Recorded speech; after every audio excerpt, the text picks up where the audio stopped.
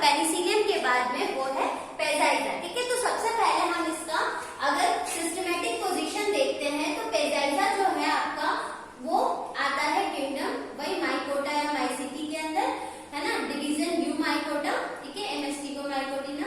इसके अलावा sub division है एस्कोमाइकोटिना और क्लास है हमारी एस्कोमाइसिटीज और ऑर्डर है पेजाइजेलिस, फैमिली है पेजाइजेसी। ठीक है, क्लास क्या है इधर एस्कोमाइसिटीज। और मैं पहले ही आपको बता चुकी हूँ कि एस्कोमाइसिटीज जो क्लास है ना, उसके अंदर हमारी एक विशेषता क्या है कि जितने भी आपके रिप्रोडक्शन मेथड होगा, है ना, अगर हम बात करें इसके सेक्सुअल रिप्रोडक्शन की तो एस्कोमाइसिटीज क्लास का सदस्य है, इसीलिए इसके अंदर जो रिप्रोडक्शन होगा वो कौन से बीजाणुओं से होगा, एस्कोस्पोर्स के थ्रू। कौन से बीजाणुओं से होगा, एस्को बीजाणुओं से। ठीक है, तो रिप्रोडक्शन जो होगा वो एस्को बीजाणुओं के अंदर द्वारा होगा। अब हम जनरली किसी भी टॉपिक के बारे में क्या पढ़ते हैं, सबसे पहले हमने इसका क्लासिफिकेशन देख लिया। अब हम देखते हैं कि पेजाइजा जो है उसको हम और क्या बोलते हैं, तो पेजाइजा को हम बोलते हैं कप फंजाई। अब जैसे हमने लास्ट क्लास में डिस्कशन किया था, आर्टिस्ट ब्रश बोलते हैं पेनिसिलियम को, क्योंकि कुछ रीजन था उसका कोनिडियोफोर वैसा था। अभी इसको हम कप फंजाई बोल रहे हैं, मतलब इसके अंदर कप शेप का, है ना, कप प्रकार का कुछ ना कुछ होगा। तो हम इसको कप फंजाई क्यों बोलते हैं, क्योंकि इसके अंदर आपने लास्ट टाइम में क्लिस्टोथीशियम सुना था ना, क्लिस्टोथीशियम पढ़ा था हमने कि जो आपका सोमेटोगेमी होती है, जब दो समान प्रकार के हाइफी या कवक तंतु आपस में संलयित होते हैं तो उससे डाइकैरियोटिक अवस्था आती है, द्विकेंद्र की अवस्था आती है, जिसके फलस्वरूप आपकी फलन कोड़ी बनती है। लास्ट अपने पेनिसिलियम में पढ़ा था जिसको हमने बोला क्लिस्टोथीशियम। तो उसी क्लिस्टोथीशियम के अंतर्गत आपके एस्कोस्पोर्स बने थे। तो सेम चीज यहाँ पर है कि यहाँ पर फ्रूटिंग बॉडी को नाम हमने चेंज करके क्या बोल दिया, एपोथीशियम, है ना, फलन पिंड ही बोलते हैं इसको, फलन पिंड। ठीक है, तो कप फंजाई जो है क्यों बोलते हैं, क्योंकि इसके एपोथीशियम की जो आकृति होती है वो कैसी होती है, कप शेप की। ठीक है, इस टाइप की आपकी आकृति होती है, या तो आप इसको ऐसे भी देख सकते हैं। ठीक है, इसकी जो शेप होता है वो एक कप के प्रकार का होता है, इसीलिए हम इसको क्या बोलते हैं, एपोथीशियम कप फंजाई। ठीक है, तो पेजाइजा एस्कोमाइसिटीज क्लास का सदस्य है, इसको हम कप फंजाई बोलते हैं क्योंकि इसके फलन पिंड की आकृति कप के शेप की होती है। इसके फलन पिंड को हम क्या बोलते हैं, एपोथीशियम बोलते हैं। अगर हम बात करें इसके हैबिटेट की तो ये जो है वो आपका सेप्रोफिटिक टाइप का फंगस है। सेप्रोफिटिक टाइप का फंगस होने का क्या मतलब हो गया कि ये मृत जीवी कवक है जो कि मृत कार्बनिक पदार्थों पर पाया जाता है। मृत कार्बनिक पदार्थ, ठीक है, गोबर, डंक, इसके अलावा हमारे पास में सड़ी गली सब्जियां हैं, फ्रूट्स हैं, ठीक है, चमड़ा है, तो कितनी भी सेप्रोफिटिक चीजें हैं, मृत कार्बनिक पदार्थ है, डेड और डिकेन ऑर्गेनिजम्स है या कंपोनेंट है, उनके ऊपर ये पाया जाता है। इसकी लगभग 100 स्पीशीज है। पेजाइजा की लगभग कितनी जातियां हैं, 100 स्पीशीज है, जिसमें से 13 जो है वो भारत के अंदर देखने को मिलती है, जो कि सारी की सारी कैसी है, आपकी सेप्रोफिटिक है। अगर हम बात करें इसके वेजिटेटिव स्ट्रक्चर की, तो वेजिटेटिव जो इसका स्ट्रक्चर है, इसका मतलब कि माइसीलियम है वो कैसा है, वेल डेवलप्ड माइसीलियम है, मतलब कि पूर्ण विकसित। ठीक है,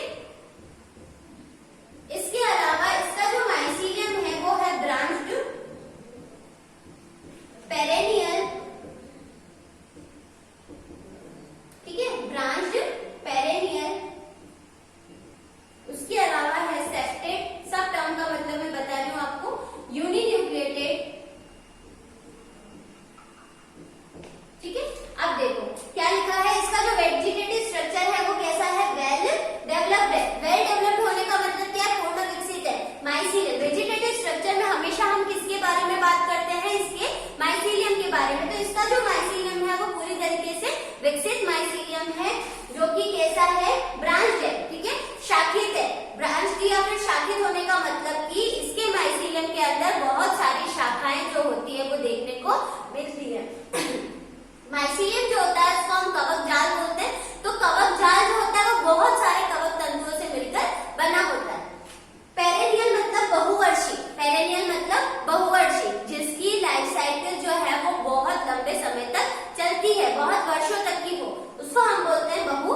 बहुवर्षीय। सेप्टेड होता है माइसीलियम के अंदर आपके पट जो होते हैं, सेप्टा जो होते हैं वो उपस्थित होते हैं। तो इसका जो माइसीलियम है वो कैसा होता है, पट युक्त या फिर सेप्टेड। अब मैंने आपको जब सेप्टेड और एसेप्टेड में डिफरेंस बताया था, तब जनरली क्या होता है कि जब कोई माइसीलियम अगर पट में विभाजित होता है तो जनरली उसके अंदर का एक न्यूक्लियस जो होता है वो देखने को मिलता है। इसीलिए इसमें किस टाइप की कंडीशन हमको देखने को मिलती है, यूनी न्यूक्लिएटेड। इसके अलावा अगर हम बात करें इसकी वेजिटेटिव स्ट्रक्चर की, तो इसके अंदर जो इसकी माइसीलियम की जो लोअर सरफेस होती है उसके ऊपर लोअर सरफेस पर फलन पिंड जो एपोथीशियम जो है, अभी हमने बात करी क्योंकि हम इसको फंगस बोल रहे हैं, कब फंगस बोल रहे हैं, तो एपोथीशियम जो है वो कहां पर लगता है, माइसीलियम की लोअर सरफेस के ऊपर। ठीक है, नेक्स्ट अगर हम बात करते हैं तो ये तो हो गया इसके वेजिटेटिव स्ट्रक्चर और हैबिटेट के बारे में।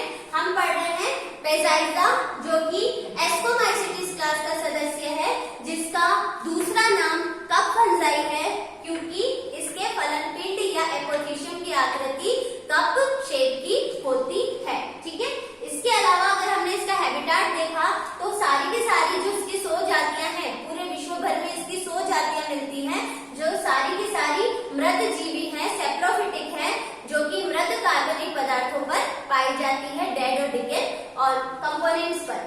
वेजिटेटिव स्ट्रक्चर की अगर हम बात करें तो हमेशा हम माइसीलियम के बारे में बात करते हैं कि इसका कवक जाल कैसा है। कवक जाल जो है वो सुविकसित है, वेल डेवलप्ड है। ठीक है, इसके अलावा ब्रांच जो है शाखित है, पेरेनियल है, बहुवर्षीय है। ठीक है, सेप्टेड शाखित मतलब आप इसके अंदर पट जो है वो उपस्थित है और यूनी न्यूक्लिएटेड प्रकार का इसका जो माइसीलियम है वो हमको देखने को मिलता है। अगर नेक्स्ट हम इसके अंदर बात करें कि इसके अंदर रिप्रोडक्शन मेथड कैसा है, तो पेजाइजा के अंदर दोनों प्रकार का रिप्रोडक्शन देखने को मिलता है, सेक्सुअल और एसेक्सुअल मेथड। ठीक है, तो सबसे पहले हम बात करेंगे पेजाइजा के अंदर होने वाला एसेक्सुअल मेथड का रिप्रोडक्शन। अभी तक हमने जितने भी मेंबर्स पढ़े हैं, ठीक है, सबसे पहले जैसे कि हमने एल्ब्यूगो पढ़ा था, एल्ब्यूगो के अलावा हमने पढ़ा पेनिसिलियम। आपने देखा कि जनरली एसेक्सुअल रिप्रोडक्शन किसके द्वारा हो रहा है, बीजाणुओं के द्वारा हो रहा है, और किस प्रकार के बीजाणुओं के द्वारा हो रहा है, तो जनरली आपने देखा कोनिडियोस्पोर्स के थ्रू। तो अगर हम बात करते हैं इसके रिप्रोडक्शन की, तो सबसे पहले हम अगर बात करें एसेक्सुअल रिप्रोडक्शन, तो वो किसके द्वारा होता है, कोनिडिया के द्वारा। एसेक्सुअल रिप्रोडक्शन जो है वो किसके द्वारा होता है, कोनिडिया के द्वारा। और हम सबको पता है कोनिडिया जो होता है वो फ्लास्क शेप का स्ट्रक्चर होता है। ठीक है, और यहाँ पर कोनिडियोफोर के ऊपर लगता है और यहाँ पर ये सारे कोनिडिया जो होते हैं वो देखने को मिलते हैं। अनुकूल परिस्थितियां आएंगी, है ना, तो ये जो कोनिडिया होते हैं वो क्या होते हैं, यहाँ से अलग हो जाते हैं। ठीक है, जर्मिनेट होने के लिए जनरली किसी भी जो आपका ये कोनिडिया होता है इसका शेप कैसा होता है, बाई लेयर्ड होता है। इसके अंदर दो लेयर जो है वो हमको देखने को मिलती है। बाहर वाली जो होती है वो होती है एक्साइन, अंदर वाली जो होती है वो होती है इंटाइन। तो अंदर वाली लेयर क्या करती है कि इस टाइप से एक जर्म ट्यूब बना लेती है, जिसके थ्रू ये होस्ट सेल में एंटर करता है और वापस से एक नया माइसीलियम विकसित कर देता है। तो माइसीलियम के ऊपर फ्लास्क शेप के कोनिडियोफोर लगते हैं, जिसके टॉप वाली ब्रांच पर कोनिडिया लगते हैं। यही कोनिडिया अनुकूल परिस्थिति में अलग होते हैं, जर्मिनेट होते हैं, जनन नलिका बनती है इनके अंदर और फिर वापस से जर्मिनेट होकर के वापस नया माइसीलियम बना देते हैं। तो ये तो बात हो गई पेजाइजा के एसेक्सुअल रिप्रोडक्शन की। नेक्स्ट आता है इसका सेक्सुअल रिप्रोडक्शन। उससे पहले हम स्लाइड्स भी देख लेते हैं। आप देख सकते हैं यहाँ पर पेजाइजा है 100। अगर हम इंट्रोडक्शन की बात करें तो पेजाइजा के पास में पेजाइजा की जो जातियां हैं वो ऑलमोस्ट 100 स्पीशीज हैं। Most of them are saprophytic. ठीक है, रॉटन वुड्स पर प्रेजेंट होती है। आपने देखा 25 जातियां जो होती हैं वो ऑलमोस्ट 13 to 25 जातियां जो है वो भारत में देखने को मिलती हैं। ठीक है, पेजाइजा वेसिक्युलोसा। ठीक है, इसके अलावा कैटाइनस बहुत सारे स्पीशीज जो है वो हमको यहाँ पर देखने को मिलती है। वेजिटेटिव स्ट्रक्चर अगर हम देखें तो पेजाइजा जो होता है the fungus is well developed, branch होता है, पेरेनियल होता है, चिरस्थायी मतलब बहुवर्षीय, पेरेनियल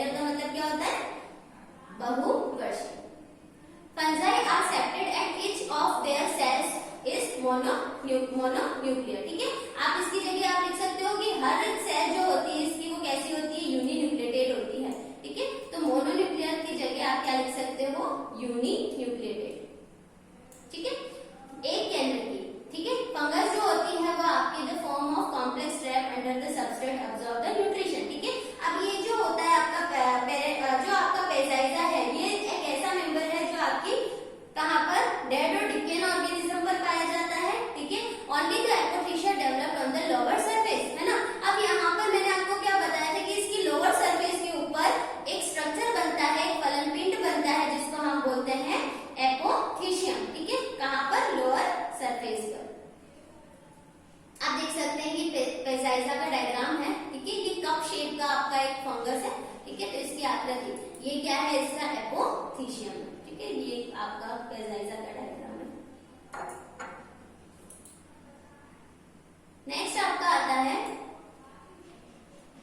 रिप्रोडक्शन मेथड। हमने बात करी तो रिप्रोडक्शन जो होता है इसमें जनरली दो टाइप का रिप्रोडक्शन देखने को मिलता है, लेकिन इसमें भी आपका एसेक्सुअल रिप्रोडक्शन बहुत कम जातियों के अंदर देखने को मिलता है। जैसे कुछ की स्पीशीज है पैराइजा रेपेंडा या पैराइजा वेसिकुलोसा, ऐसी ही कुछ जातियों के अंदर हमको रिप्रोडक्शन जो है एसेक्सुअल वाला वो देखने को मिलता है, ठीक है।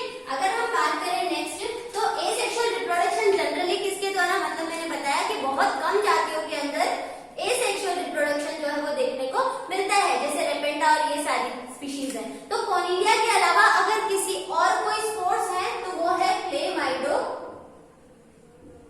स्पोर्स, है ना। कोनिडिया के अलावा क्लेमाइडो स्पोर्स के द्वारा भी रिप्रोडक्शन एसेक्सुअल रिप्रोडक्शन जो है वो देखने को मिलता है, ठीक है। अब ये जो क्लेमाइडो स्पोर्स होते हैं वो बहुत ही रेयर कंडीशन में बनते हैं, बहुत ही प्रतिकूल अवस्थाओं में बनते हैं, ठीक है। ये भी आपका ऐसे ही झुंड में लगते हैं, लेकिन ये काफी डार्क टाइप के, बहुत गहरे रंग के होते हैं क्लेमाइडो स्पोर्स, ठीक है। अगर रिप्रोडक्शन एसेक्सुअल है तो वो या तो कोनिडिया के द्वारा होगा या फिर क्लेमाइडो स्पोर्स के द्वारा।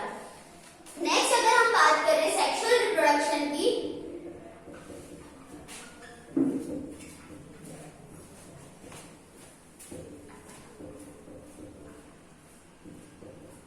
अगर हम बात करते हैं सेक्सुअल रिप्रोडक्शन की, तो सेक्सुअल रिप्रोडक्शन के अंदर सेक्स ऑर्गन जो है वो नहीं बनते हैं, मतलब कि सेम कंडीशन किसके अंदर देखी थी हमने? पेनिसिलियम के अंदर। तो अगर हम सेक्सुअल रिप्रोडक्शन की बात करें तो यहाँ पर आपका सेक्स ऑर्गन जो है वो नहीं बनते हैं। तो यहाँ पर रिप्रोडक्शन कैसा होता है? सोमेटोगेमी टाइप का, है ना। सोमेटोगेमी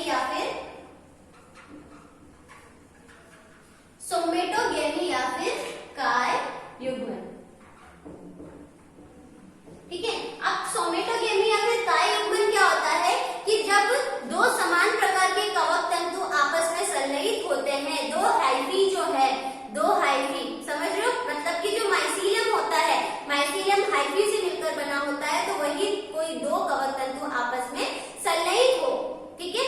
और सबसे पहला उनका कोशिका द्रव्य का मतलब प्लाज्मोगेमी हो और उसके बाद में कैरियोगेमी हो, ठीक है। तो जो द्विकेंद्र की अवस्था देखने को मिलती है, ठीक है, तो वही द्विकेंद्र की अवस्था से आपका एट द एंड क्या बनेगा?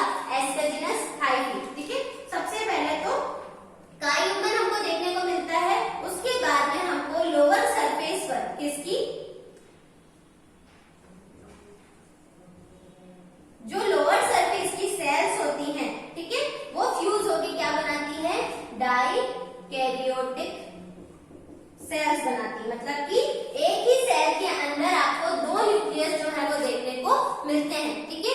मतलब कि क्या, जैसे कि हमने वहां पर पेनिसिलियम के अंदर भी पढ़ा था कि जो एक सेल होती है ना, वहां पर क्या था कि एक फीमेल ब्रांच थी, उसके ऊपर मेल ब्रांच की कॉइलिंग हुई थी, मतलब पूरी तरह से उसने घेर लिया था उसको, और एक छोटे छोटे पोर्स प्रेजेंट थे जिसके कारण उन दोनों सेल्स का कोशिका द्रव्य जो है वो आपस में मिक्स हो रहा था।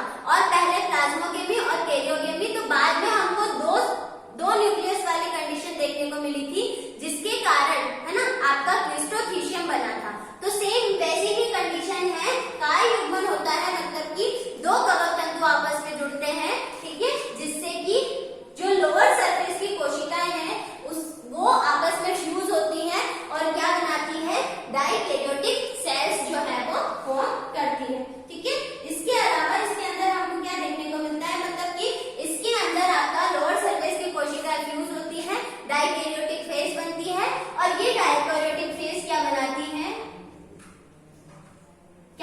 कहलाती है तो हम बोलेंगे एस्कोजिनस हाइफी। ठीक है, ये आपकी कंडीशन क्या कहलाती है, क्या बनाती है, एस्कोजिनस हाइफी। कौन सी, डाइकैरियोटिक फेज।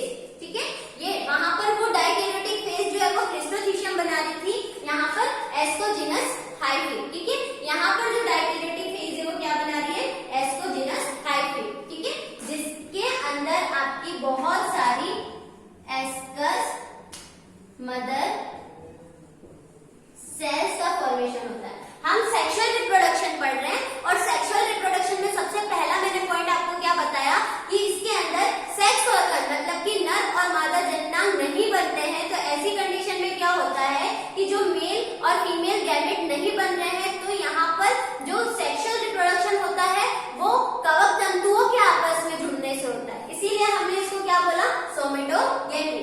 जब दो कवक तंतु आपस में संलयित होते हैं, काय युग्मन, उसको हम क्या बोलते हैं, काय युग्मन। तो इसकी जो लोअर सरफेस की कोशिकाएं हैं वो फ्यूज होती हैं, जिसके कारण डाइकैरियोटिक फेज बनती है। ठीक है, यही आपका एस्कोजिनस हाइफी का निर्माण करती है और यही आपका इसी के अंदर एस्कस मदर सेल जो है वो बनती है। ठीक है, या फिर हम बोल सकते हैं कि यहीं पर आपके एपोथीशियम का फॉर्मेशन होता है।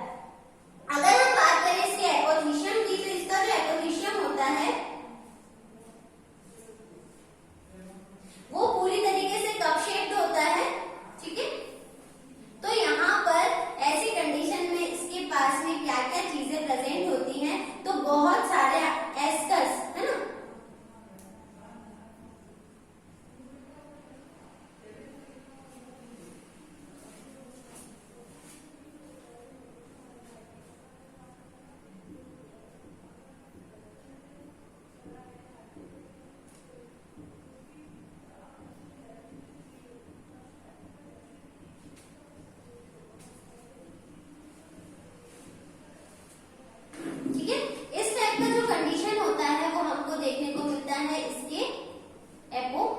के अंदर। ठीक है, तो ये हम बात कर रहे हैं इसके एपोथीशियम की, किसके, पेजाइजा के, जो कि कैसा था, कप शेप्ड था। ठीक है, तो यहाँ पर ये जो स्ट्रक्चर है वो कैसा है, कप शेप है, ये हमने देख लिया। यहाँ पर ये जो स्ट्रक्चर है जो ऊपर की तरफ, इस एपोथीशियम के ऊपर की तरफ बहुत सारे एसाई है ना, एसाई या फिर एस्कस जो है वो लगे रहते हैं। ठीक है, यही एसाई या फिर एस्कस के अंदर ये जो बीजाणु आपको दिख रहे हैं, ये बीजाणु क्या है, एस्कोस्पोर्स। ठीक है, इसके बीच में भी आपका एक स्ट्रक्चर प्रेजेंट होता है जिसको हम बोलते हैं पैराफाइसिस, जो इनको सेपरेट करने का काम करता है। तो ये जो स्ट्रक्चर है वो क्या कहलाता है, पैराफाइसिस। ठीक है, और ये जो स्ट्रक्चर है ये कहलाता है आपका पेरिडियम। ठीक है, और ये लोअर सरफेस जो है वो कहलाता है हाइमेनियम। ठीक है, और ये सब हाइमेनियम हो जाएगा। तो आप यहाँ पर देख सकते हैं कि हमारा जो एपोथीशियम का स्ट्रक्चर है उसके अंदर ये जो स्ट्रक्चर था, ठीक है, ये क्या कहलाता है, पेरिडियम है ना। पेरिडियम इसका कैसा होता है, कप शेप होता है। अब यहाँ पर हमारे पास में बहुत सारे एसाई लगे होते हैं। ये जो एसाई होते हैं, ग्रुप ऑफ एस्कस है ना, बहुत सारे एस्कस का ग्रुप, हम उसको क्या बोलते हैं, एसाई बोलते हैं। ये जो एसाई होते हैं है ना, ग्रुप ऑफ एस्कस है, मतलब अगर हम सिंगल की बात करें, अगर हम सिंगल स्ट्रक्चर की बात करें तो ये कैसा है, इस टाइप से है ना। तो यहाँ पर ये सिंगल आपका क्या हो जाएगा, एस्कस हो जाएगा, और इसके अंदर ये बीजाणु क्या हो जाएंगे, एस्कोस्पोर कहलाएंगे। समझ में आ रहा है। ठीक है, तो ये जो स्ट्रक्चर है वो आपके एपोथीशियम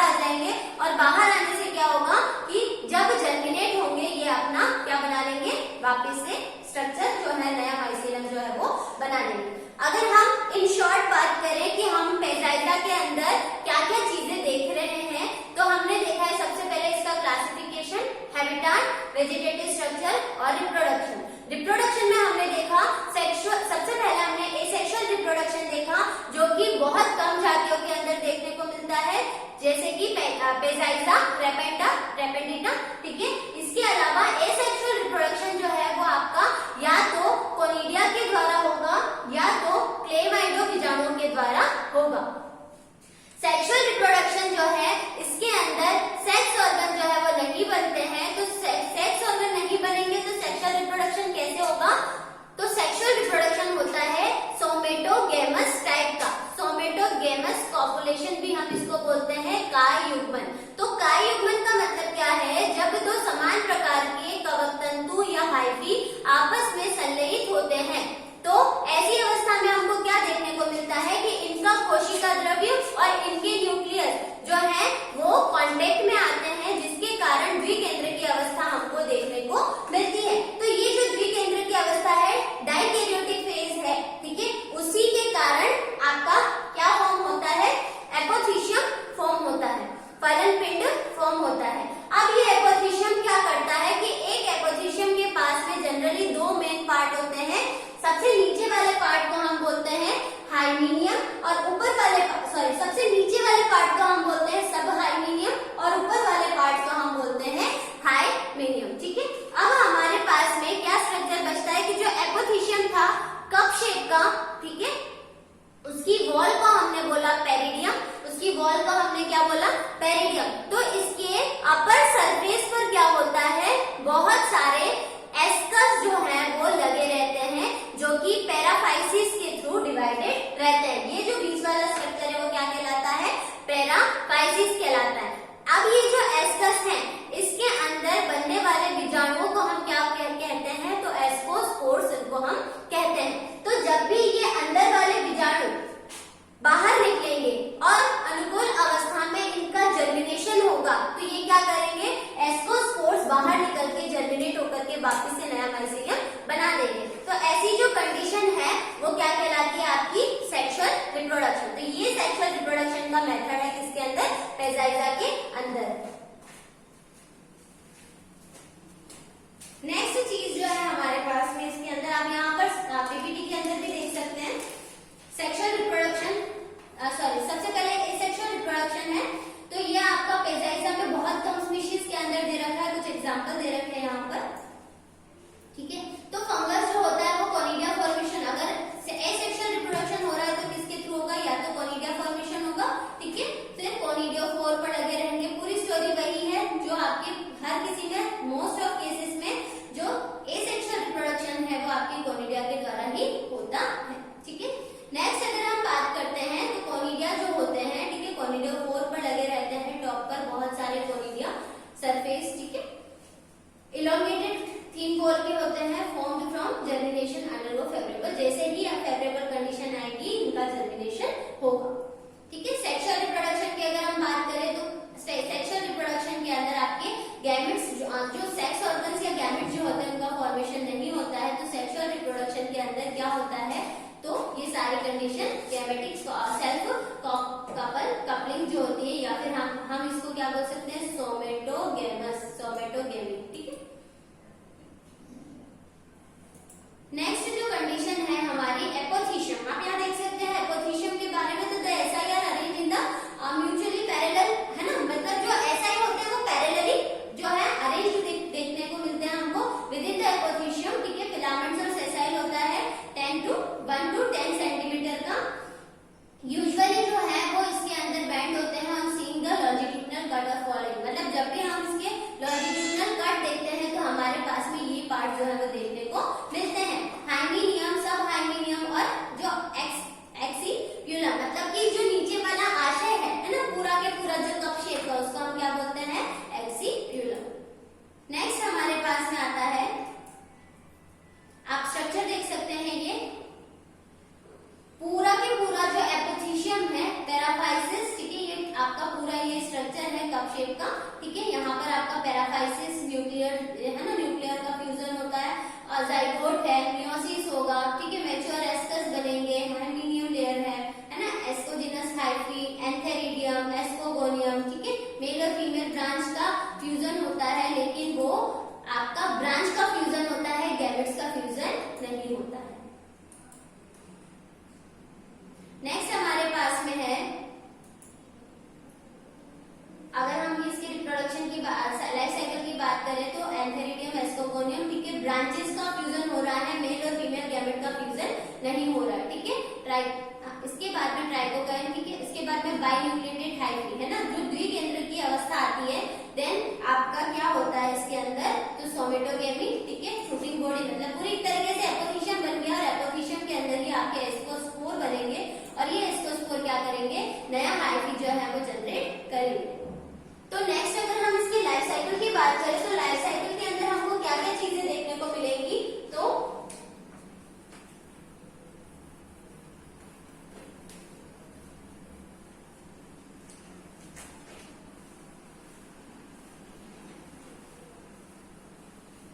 अगर हम इसके लाइफ साइकिल की बात करें तो अगर हम ए सेक्शन, अगर हम पहले बात करें ए सेक्शन रिप्रोडक्शन की, तो ए सेक्शन रिप्रोडक्शन के अंदर क्या होगा कि कोनिडिया फॉर्मेशन होगा और ये जो कोनिडिया है वो कोनिडियोफोर पर लगे होंगे। तो ए सेक्शन रिप्रोडक्शन में कंडीशन क्या होगी, सबसे पहले माइसीलियम होगा, माइसीलियम के ऊपर लगा होगा कोनिडियोफोर, कोनिडियोफोर के ऊपर लगा होगा कोनिडिया और कोनिडिया है वापस से जर्मिनेट होगा और क्या बना देगा, इसका नया माइसीलियम बना देगा। तो हम अभी बात करेंगे सेक्शुअल रिप्रोडक्शन की लाइफ साइकिल जो है वो कैसी होगी, इसकी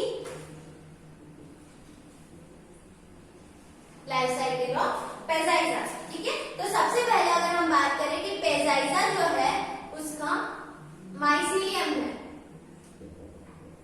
इसका जो माइसीलियम होता है वो कैसा होता है, सेप्टेट होता है, ठीक है, आप सबको पता है यूनिन्यूक्लिएटेड होता है और सेप्टेट होता है, पटयुक्त होता है। तो सबसे पहले इसमें सोमेटोगेमस या सोमेटोगेमी होती है और सोमेटोगेमी का मतलब क्या होता है, समान शाखाओं का फ्यूजन होना।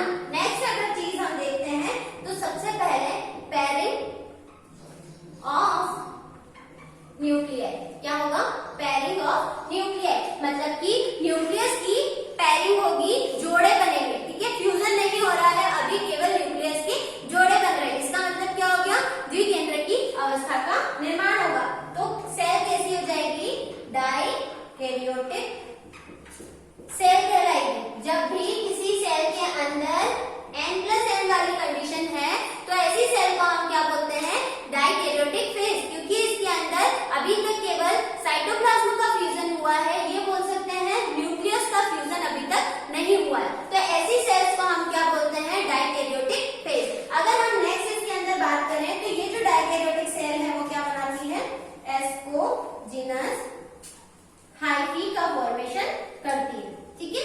ये एस्कोजिनस हाइफी का फॉर्मेशन करने से एस्कस मदर सेल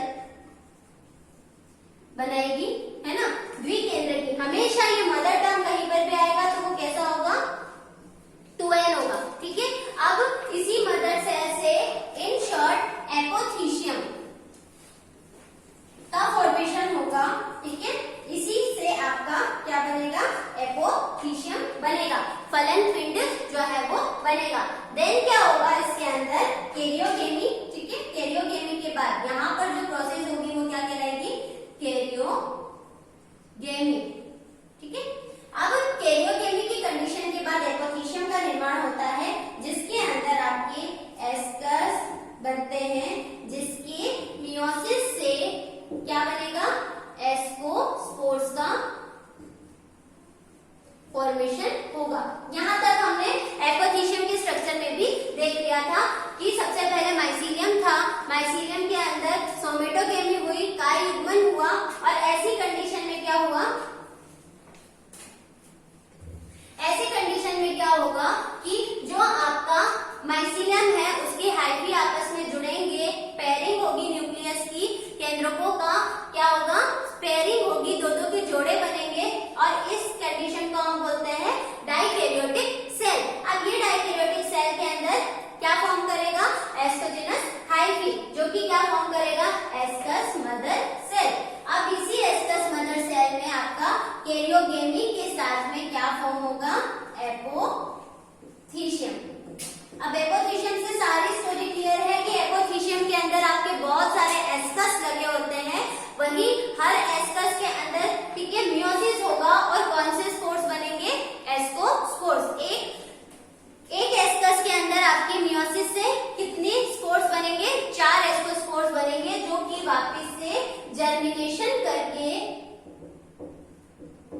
क्या बना देंगे, नया माइसीलियम फॉर्म कर देंगे। तो ये कंडीशन है, ये लाइफ साइकिल है किसकी, पेजाइजा की। ठीक है, तो सारी की सारी जो स्टोरी है वो आपकी गैमेटोजेनस पॉपुलेशन के ऊपर या सोमेटोगेमस पॉपुलेशन पर आधारित है। हम यहाँ पर इसके स्ट्रक्चर देख सकते हैं। ठीक है, तो ये लाइफ साइकिल है हमारी इसकी। एपोथीशियम के बनने के बाद में अब सारे के सारे जो कहानी है वो क्या है कि जब एपोथीशियम का फॉर्मेशन होता है एस्कस मदर सेल या एस्कोजिनस हाइफी के कारण एपोथीशियम का फॉर्मेशन होता है, और यही एपोथीशियम के अंदर एस्कस और एस्कोस्पोर्स का जनरेशन या एस्कोस्पोर लगते हैं और यही जर्मिनेट होकर के नया माइसीलियम बनाते हैं। नेक्स्ट जो हमारा टॉपिक है पेजाइजा के बाद में वो है हमारा दूसरा जो मेंबर है वो है फाइलेक्टिनिया। ठीक है, सेम सिमिलर ही सारी चीजें हैं क्योंकि फाइलेक्टिनिया भी आपका कौन सी क्लास का मेंबर है, एस्कोमाइसीटीज क्लास का मेंबर है। तो पेजाइजा की जैसे ही आपका फाइलेक्टिनिया भी कौन सी क्लास का मेंबर है, फाइलेक्टिनिया भी आपका एस्कोमाइसीटीज क्लास का मेंबर है। तो फाइलेक्टिनिया के अंदर भी पहली बात ये कि जो रिप्रोडक्शन होगा, ठीक है, कौन सा सेक्सुअल रिप्रोडक्शन होगा वो होगा आपका किसकी वजह से, एस्कोस्पोर्स की वजह से।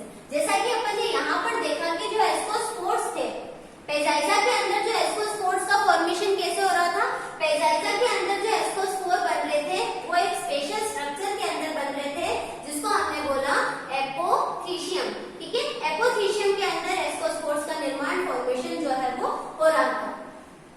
अब यहाँ पर डिफरेंस क्या है, तो यहाँ पर एस्कोस्पोर्स जो बनेंगे कहाँ पर, फाइलेक्टिनिया के अंदर, वो आपके एक स्ट्रक्चर में बनेंगे, उसका नाम है क्लिस्टोथीशियम।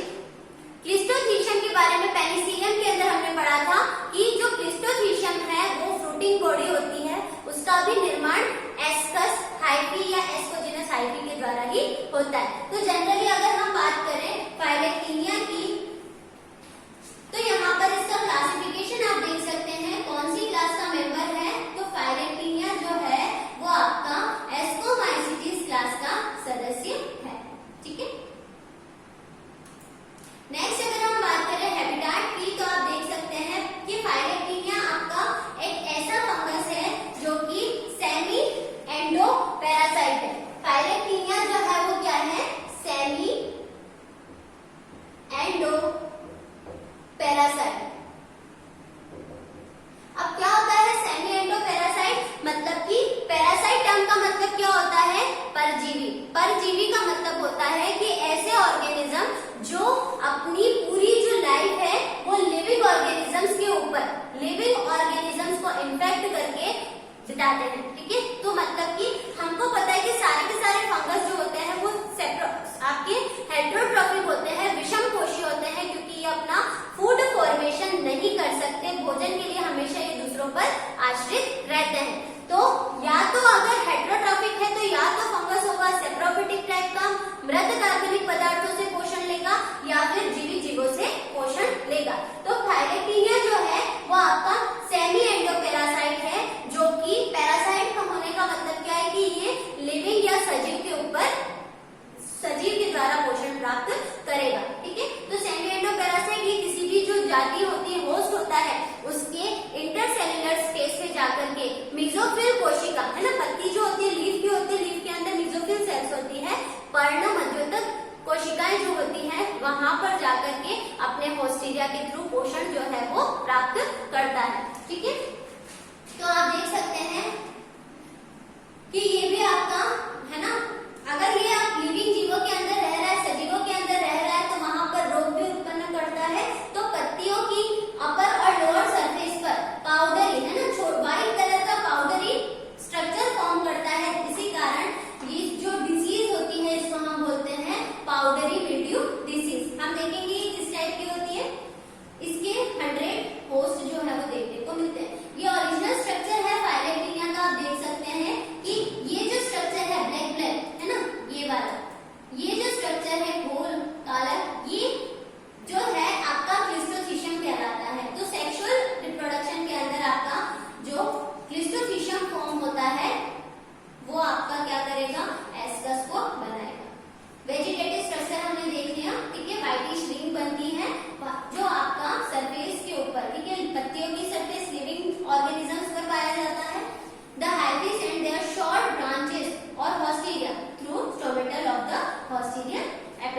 ठीक है, होस्ट के एपिडर्मल में या फिर मेसोफिल सेल्स के अंदर ये अपना क्या करता है, होस्टेरिया जो है वो बेचता है और वहां से ये क्या करता है, पोषण पदार्थों का अवशोषण करता है। ठीक है, नेक्स्ट अगर हम बात करें फाइलेक्टिनिया की, तो फाइलेक्टिनिया के अंदर जो भोजन का अवशोषण होता है वो कौन से स्ट्रक्चर से होता है, होस्टेरिया के द्वारा। इट्स हाइफी आर हाइलाइन, ठीक है, काचाब होते हैं मतलब कलरलेस होते हैं, much branched are and septate, these form are a whitish, ठीक है, व्हाइटिश जो है mat on the surface of leaf. White colour की मैट है ना, मैट का मतलब क्या होता है कि ये आपका जो पाउडर फॉर्म करता है ना। अब ये परजीवी है, परजीवी होने का मतलब क्या है कि ये डिसीज फॉर्म करेगा और ये क्या करता है कि व्हाइट कलर का जो पाउडरी स्ट्रक्चर जो है वो फॉर्म करता है इसके माइसीलियम पत्तियों की लोअर सरफेस पर। तो इसके अंदर आप क्लिस्ट्रोथीशियम का स्ट्रक्चर देख सकते हैं ब्लैक कलर का, ठीक है। तो ये आपका पूरा के पूरा सेम चीज conidia, conidiophore, hyphae, conidia germination, ascospore, cleistothecium, तो ये पूरा जो स्ट्रक्चर है वो आपका किसका है, फाइलेक्टिनिया का। पाउडरी मिल्ड्यू डिसीज क्या होती है, तो ये आपका कोनिडिया के कारण है ना, छोटे छोटे से व्हाइट कलर के स्पॉट्स जो है पाउडर फॉर्म में वो बनाता है, जिसको हम क्या बोलते हैं, पाउडरी मिल्ड्यू डिसीज बोलते हैं। ये स्ट्रक्चर आप देख सकते हैं, पूरी की पूरी पत्ती जो है, लीफ है, उसकी सरफेस पर आप देख सकते हैं पाउडरी फॉर्म में छोटे छोटे दाने जैसे ये स्ट्रक्चर जो है वो फॉर्म करता है, कौन, फाइलेक्टिनिया, है ना। इसका अगर कॉजल एजेंट पूछे तो कौन होगा, फाइलेक्टिनिया, है ना। और ये आपका कहां से पोषण प्राप्त करेगा, लीफ के अंदर, पत्ती के अंदर जो स्टोमेटा होते हैं, है ना, रंध्र होते हैं, रंध्र का स्ट्रक्चर सबको पता है, ठीक है। तो वहां पर अपने क्या बेचते हैं, होस्टेरिया को बेच करके वहां से पोषण पदार्थों का अवशोषण करते हैं, ठीक है। नेक्स्ट चीज जो है हमारी वो है एसेक्सुअल रिप्रोडक्शन, ठीक है। सेक्सुअल और एसेक्सुअल रिप्रोडक्शन में इसके अंदर कोई खास बात नहीं है, क्योंकि जो रिप्रोडक्शन मेथड है वो सेम फॉलो हो रहा है किसके अंदर, अभी हमने जैसे पढ़ा पेसाइजा के अंदर, तो एसेक्सुअल रिप्रोडक्शन जो है वो किसके द्वारा होता है, कोनिडिया के द्वारा। और सारे के सारे अभी हमने कोनिडिया देखे तो जो स्ट्रक्चर था वो इस टाइप का था कि बीच में आपका जो है वो क्लिस्ट्रोथीशियम था और क्लिस्ट्रोथीशियम के चारों तरफ जो है वो उपांग लगे हुए थे। उपांग जो होते हैं वो क्या होते हैं, इसका क्लिस्ट्रोथीशियम फॉर्म करते हैं।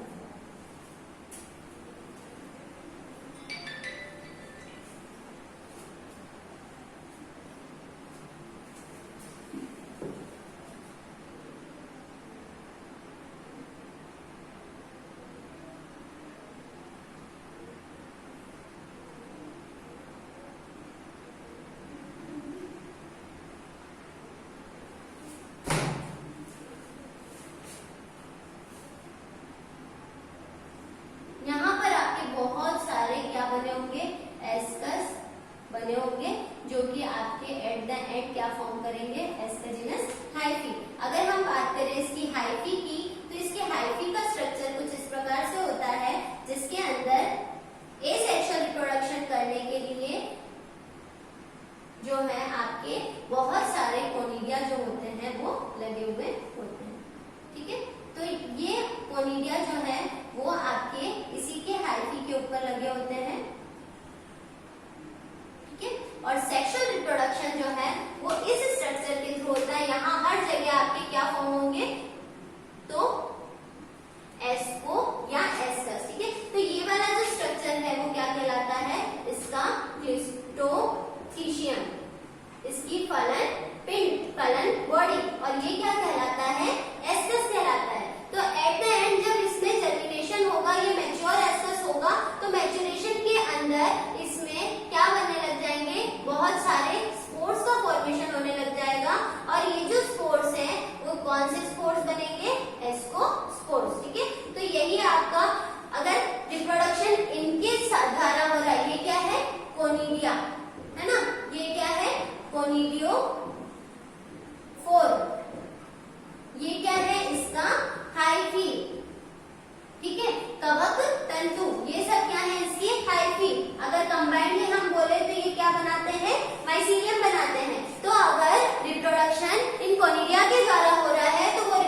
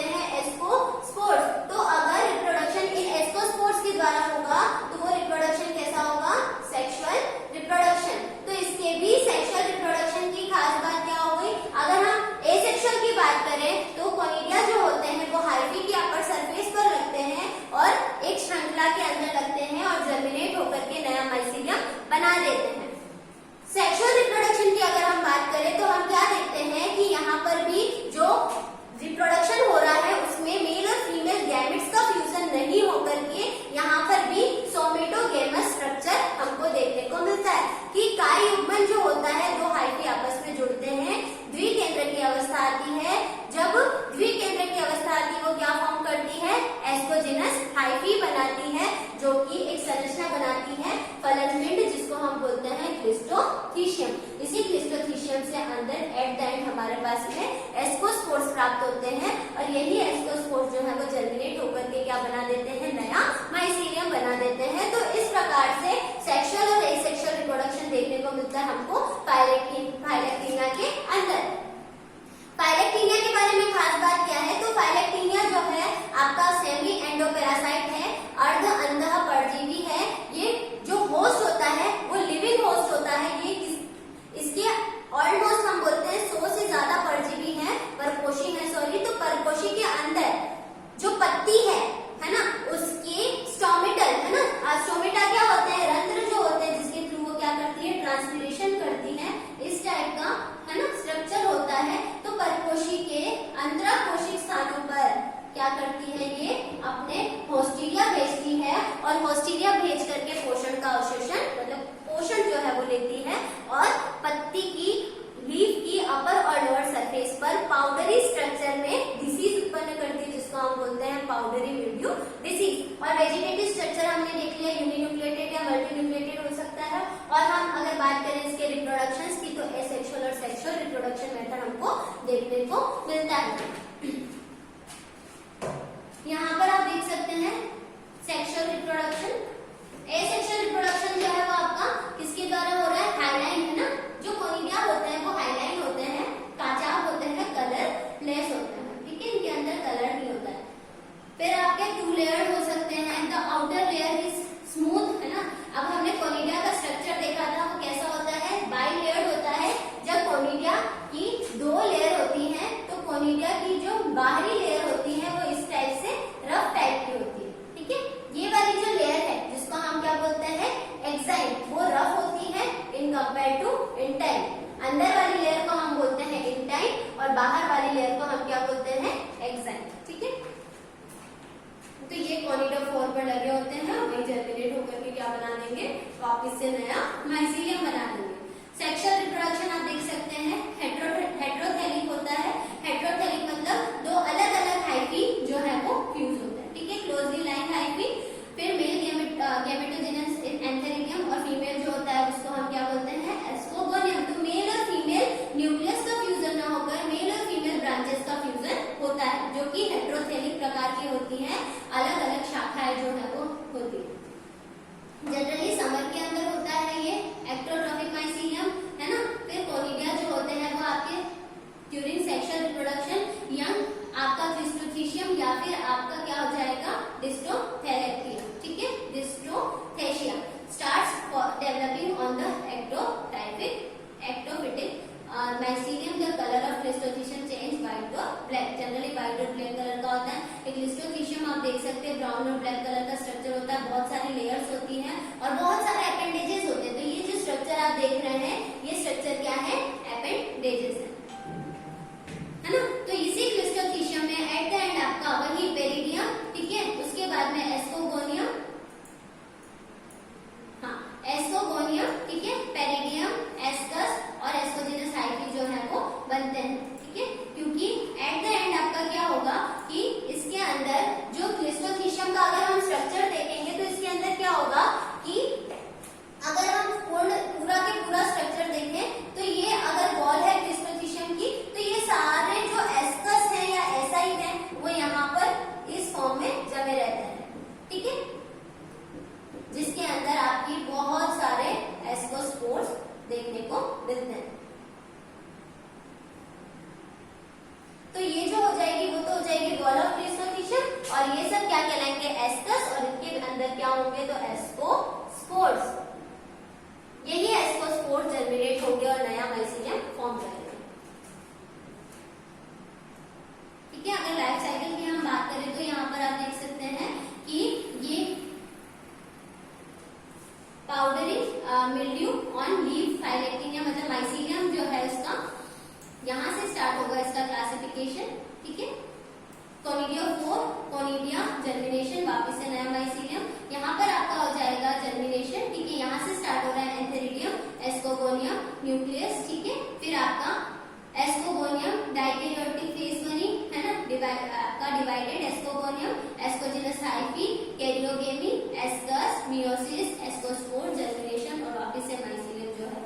फॉर्म हो जाएगा।